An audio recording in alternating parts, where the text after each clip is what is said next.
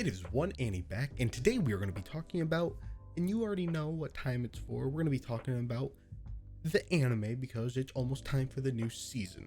Now, there are 3 shows that I wanted to talk about all together because I've realized that the last videos that I've done like this, they cover not so much the anime, but just more of like, it felt more like description of like, oh, why you should watch this anime for this season. But I kind of want these videos to be more of what I'm about to get into.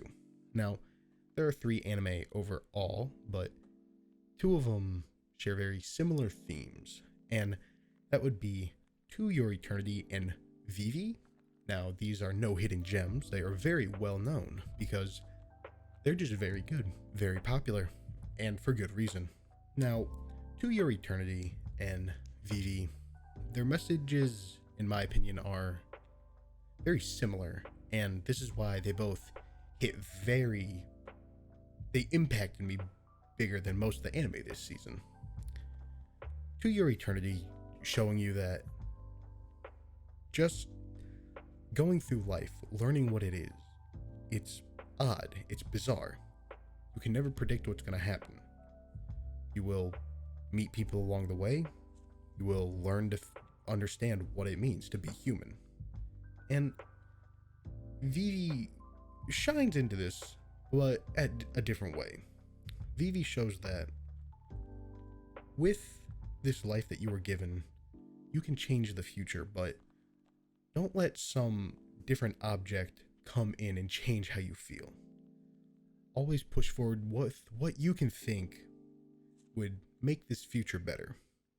And I think these are just very important messages that many can see overall, but they can mean a lot in a very quick shown episodes that when you go back and watch, you'll understand that life is just bizarre.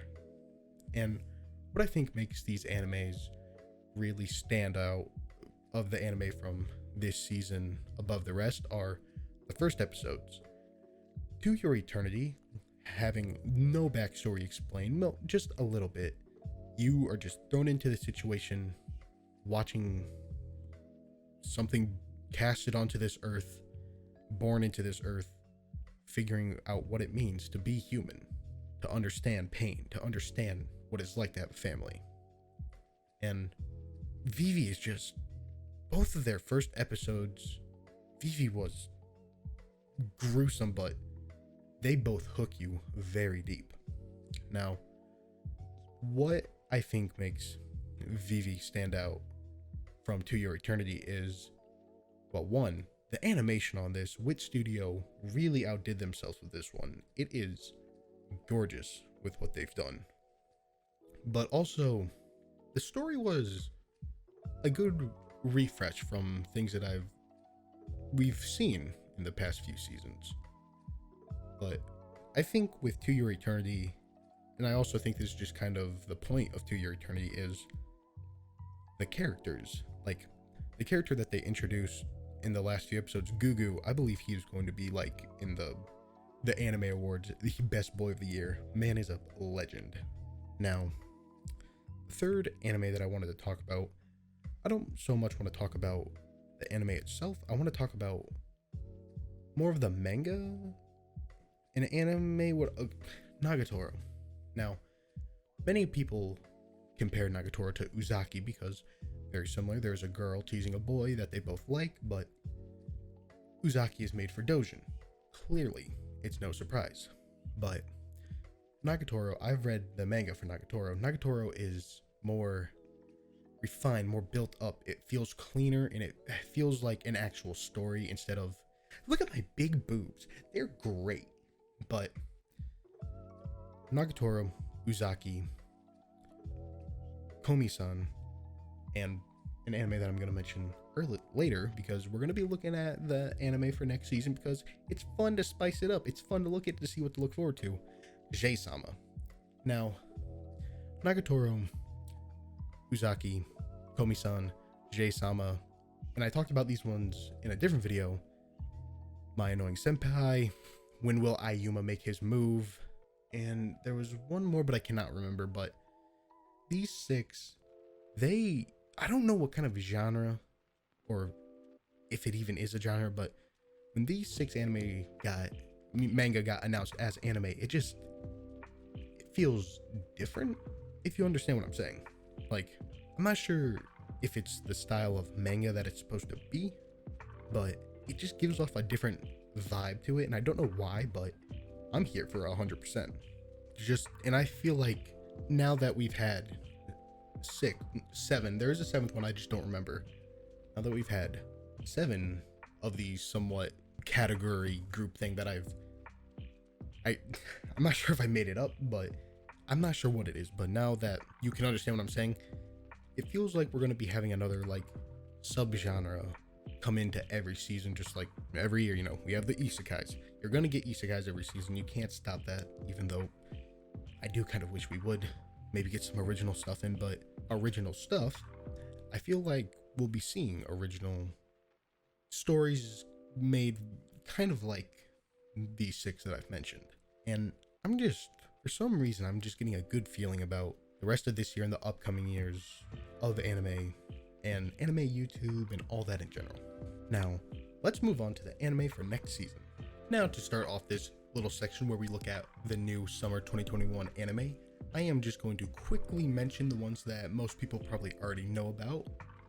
So there is Slime, second season, part 2. And for Slime, I never finished it because I heard it was faster in the manga. So I did that. I picked up the manga just because it was faster. And then there is Kobayashi, season 2 of Dragon Maid, which is great to see that everything is working out over there. And I am very excited for Kobayashi Dragon Maid season 2. I mean, who isn't? It's Dragon Maid. It's Dragon Maid. Come on. Also, the anime that I mentioned previous, J-Sama, and if you know what that is, good on you. And if you don't, get ready, because she's going to be taking everything by storm. But moving on to the anime that caught my eye when I first did a quick little look through, the first one that I wanted to talk about was Mieku Black Company. Kenji, who lacks any kind of work ethic, is a layabout in his modern life. One day he finds himself transported to a different world. An isekai, you can't escape him, just accept your fate. But expecting a grand adventurer's welcome, he's not. He's immediately thrown into a terrible job and now enslaved in an evil mining company in a fantasy world. He is about to learn the real meaning of hard work. Now, just by the title and from the image itself, I thought this was going to be more about like running a black market street job thing in a fantasy world, which in my opinion, I think that sounds pretty cool. But just the concept of it, it's an isekai. We have isekais everywhere. They're popping up every second like mushrooms. You can't escape them. But this one, because it has a bit of a different spin on it, he doesn't have the hero's welcome. This one, I think it gives off Konosuba look vibes to it. I mean, look at the thumbnail of it. I think this is going to be a more of a lighthearted, funny haha. I mean, look at the tags. It's adventure, comedy, fantasy, Konosuba type of vibes, And the next one that did catch my eye was Dete 5 Boyo de Battle. I hope I pronounced that right.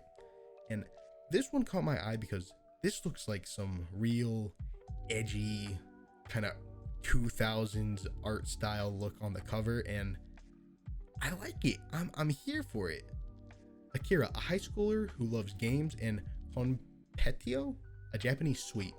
Okay, my man likes some sweet, who doesn't? A mysterious girl calls herself Mina. The participants are told that they are erased from the family register, involved in an experiment to gain certain powers. Okay. Akira is determined to win this game with his newfound powers and destroy the evil organization armed with a power that no one expects in his brain skill. Massive IQ. My man, large. In a new period of intelligent battle begins. This looks edgy as hell, and I'm here for it.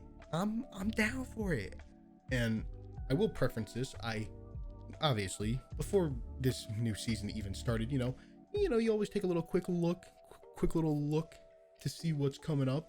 And when it did get a little bit closer, I did do another little skim through, and I heard this, but Peach Boy Riverside is apparently based off of an old Japanese folktale or story about an old couple who finds a baby and a peach on a riverside, and then he goes to a different island to fight demons. That's all I know about it. But the concept of Peach Boy Riverside anime, Salthrine Aldrake, Princess of the Kingdom of Aldrake, dreams of traveling the world, a dangerous dream in a land where monsters roam the countryside as they please, and humans live behind high, strong walls. But when a chance with meeting the traveler Mikoto gives her hope to realize this dream, he shatters it by showing that he is just a ruthless killer. The ruthless killer named Momotaro, a ruthless demon killer. Though horrified by the gore that he leaves behind, she is convinced more than ever that she needs to learn about this world behind the walls that she has seen for her entire life, following the steps of a mysterious, charismatic, terrifying boy she met that day. Now this just sounds kind of like a good adventure, like a grand adventure is about to happen, and I'm down for that. I mean, there's a cool knight guy in the background. Looks like a Dark Souls enemy. All right. Kaizuko Oji. Fina remembers little about her childhood, orphaned and raised in a brothel. Her life changed when she escapes to an island of pirates, where she discovers the truth behind her family, with Fina being the only one able to unlock her family's secret. She must take her place as captain of her samurai crew for a high sea adventure. Now, this sounds it's probably not even related, but when I read this, there was I think the first female captain pirate was a Chinese woman. I don't remember her name, but it sounds possibly has some inspiration from that. Possibly not. I could just be talking out my ass, but who doesn't like pirates? Pirates are cool. You can't change my mind. Tete wa mo shinderu. When the story begins without its hero. Kimihako has always been a magnet for trouble, for as long as he can remember. He's been stumbling across murder scenes or receiving mysterious cases to transport to different areas.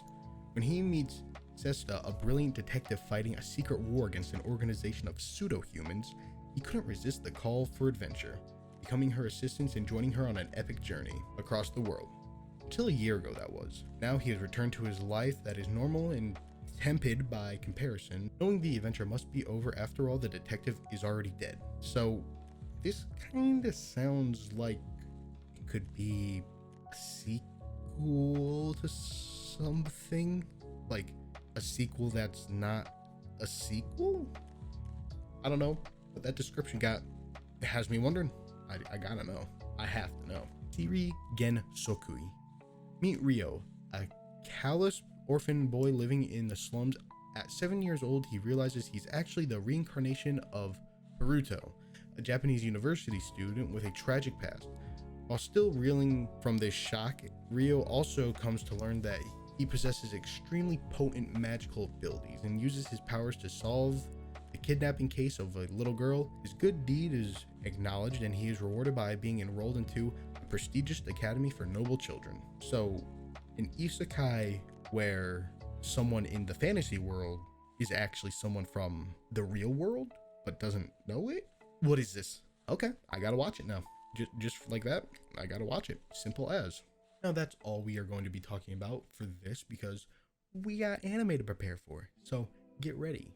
But seriously, thank you all for watching. I do appreciate every view that I get, and please like, subscribe, comment, the bell, do all the things, because I really want to do more with this. I really want to make this go big so I can talk to different content creators, make new friends. I want to do this to have a good time with all of you. But thank you all for watching as always. What are you still doing here?